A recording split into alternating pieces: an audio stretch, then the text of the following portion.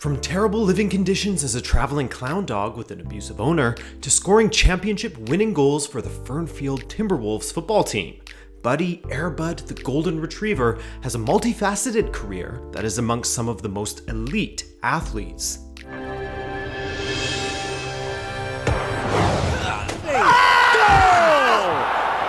Again! He has chromosomes in his body that belong to that Bengal tiger, man! Pele, Maradona, Messi, Ronaldo, Cruyff, and Buddy. These are the names that will forever grace the pantheon of football's greatest athletes, the latter of which, however, is truly in a breed of his own. He buries this one with malicious intent.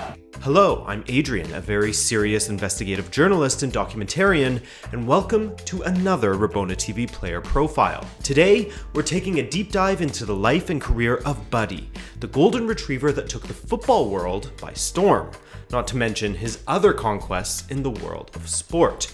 But of course, in order to understand Buddy the footballer, we need to look back to Buddy the basketball player, Buddy the running back, and before that, Buddy the clown. Let's look at how he changed from man's best friend to man's best footballer. Where Buddy the dog was born is not known, as his former owner was a sloppy clown that took little care of anything he owned, so it's unlikely that he held on to any birth records. Also, he is a career clown. In part one of the documentary series that follows Buddy's life, entitled Airbud and produced by Walt Disney Pictures, we see that before his footballing exploits, he was a respected adversary in both basketball and American football. But we'll get to that later. As per usual here at Rabona TV, we're going back to the very beginning. Or at least close to it, because once again, his owner was a clown that we first meet in Fernfield County, where everything is possible, which is allegedly in Washington State, just southeast of Seattle. He and his owner go by the name of Clown and the Hound, where the clown mistreats the hound and attempts to entertain children. After a particularly poor showing from Clown and the Hound, Buddy's former and undoubtedly abusive owner pinned the blame on Buddy, and thus, the Clown and the Hound Entertainment Club was no more. In fact, it was just the Hound now, as the clown had an existential crisis. I hate being a clown! And I know what you're thinking, Adrian, why are you telling me all of this? Just get to his sporting exploits. But I believe that something from a player's past shapes who they become as a professional, and Buddy the Golden Retriever is no exception.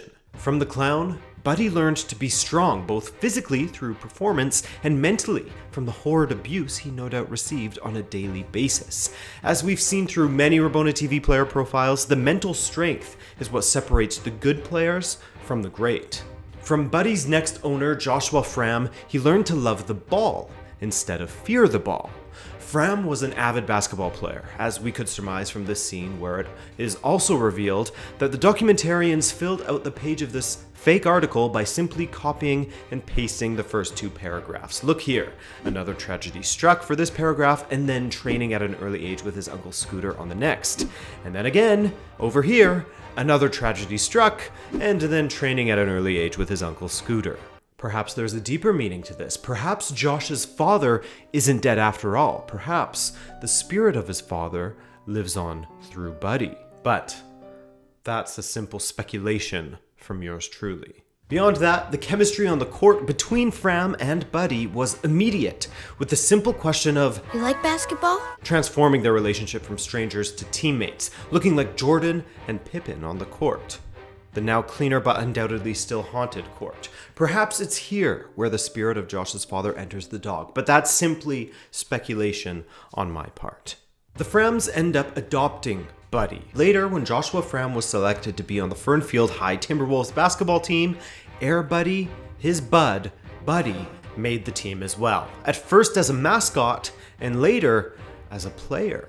Now, of course, I'll spare you the boring context surrounding a dog playing on a basketball team, how that comes to be, and how it probably shouldn't be allowed simply because it doesn't explicitly say in the rulebook that a dog can't play, he's allowed to play. What the heck's going on here? Because what's important here is that Buddy ended up playing for the Timberwolves in the final against Spokane, playing an integral role for the T-Wolves' remontada, paving the way for a career at the height of numerous sports. Buddy continued to live with the Framms in Fernfield, and following his short-lived basketball career, he moved on to American football, where in 1998, Buddy played a starring role in yet another Timberwolves comeback to help the high school team win another title after sucking at the beginning of the year. Later, in the year 2000, where we find Josh Framm is still attending Fernfield High School somehow, Framm and Buddy joined the football team despite Framm having no experience with the sport. Once again, Buddy outshone his owner throughout the Timberwolves' middling season. Different sport, same story though. They're notorious slow starters, but the Timberwolves typically get it together at the latter half, the business end of the season. But anyways, the state championship against the Spartans comes around, but Buddy is nowhere to be seen. Historians tell it that his children were kidnapped. And this is where Buddy showed the football world how talented he really was in rescuing his pups at 12 and playing in the final at 1, how focused he can be, and how his determination was contagious in another comeback Timberwolves performance. The Spartans were winning 2-1 thanks to a strong performance from one of their talisman, Steve Stearns. Buddy, Josh Framm, and Emma Putter arrived with minutes remaining, and their impact was immediate.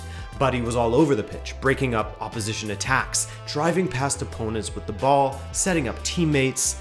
He did it all.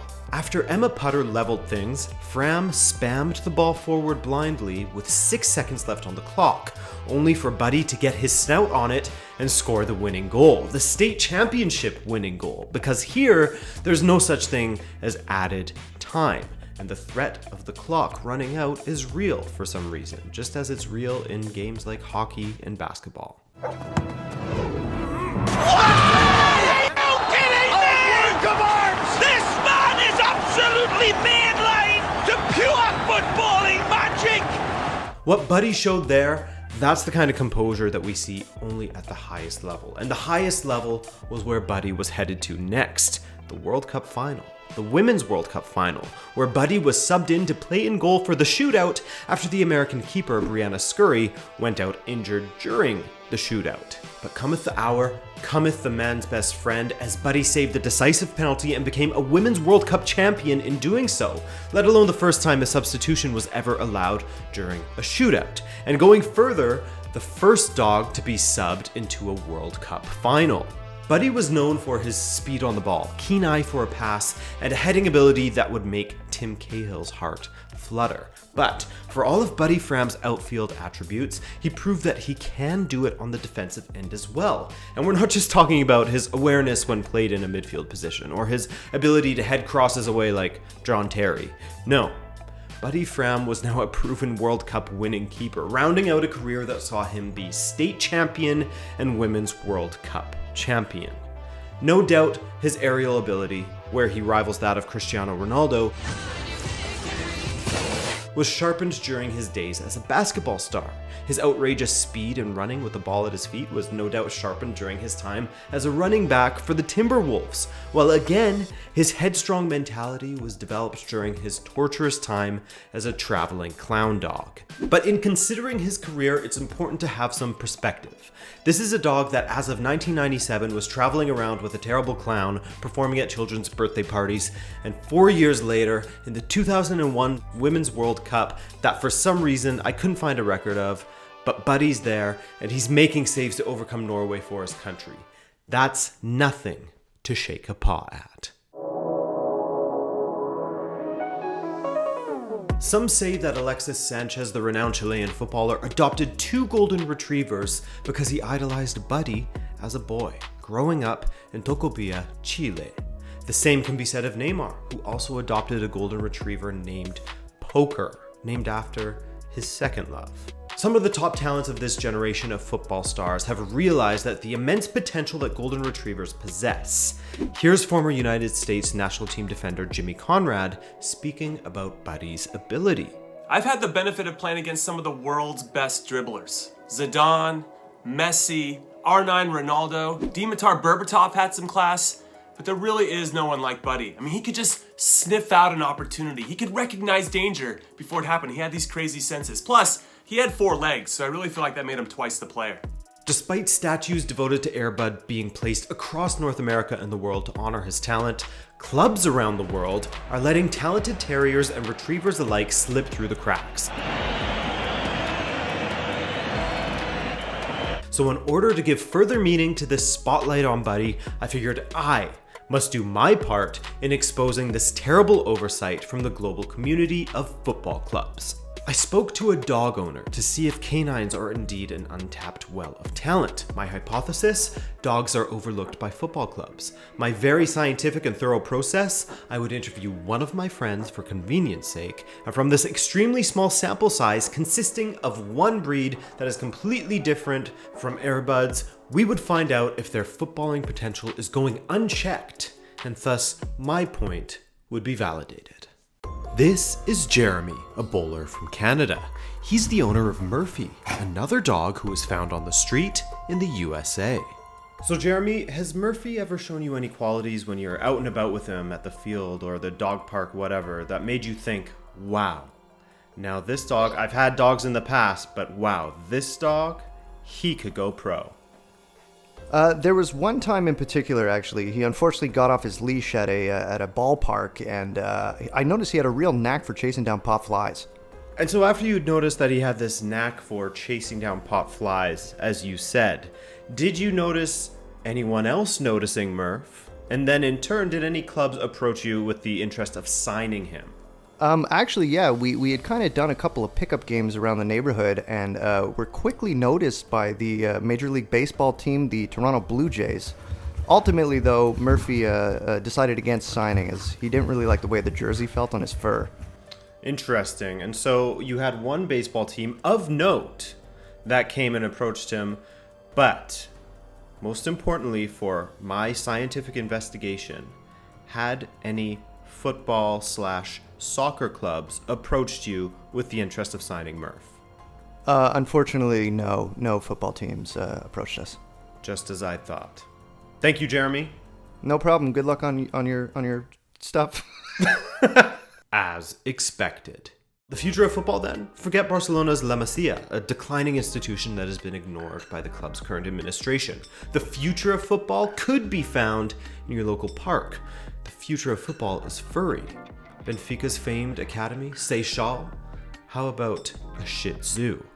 Instead of investing in youth and scouting football pitches around the globe, a walk down to the local dog park could be advised of any football club. Buddy the Golden Retriever may be in a breed of his own, but the next Buddy is out there.